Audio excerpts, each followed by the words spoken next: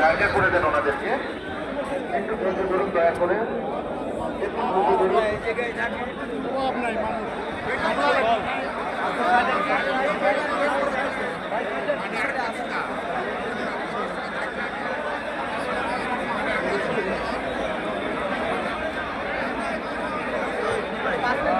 হ্যাঁ, অনুরোধ করছি আপনারা জায়গা করে দেন ওনাদেরকে। পেছনের দিকে চলে যান, যারা ঢুকছেন মিরপুর রোড থেকে তারা পেছনের দিকে চলে যান। মিরপুর রোড থেকে যারা ঢুকছেন তারা সরাসরি পেছনের দিকে চলে যান, পূর্ব দিকে চলে যান।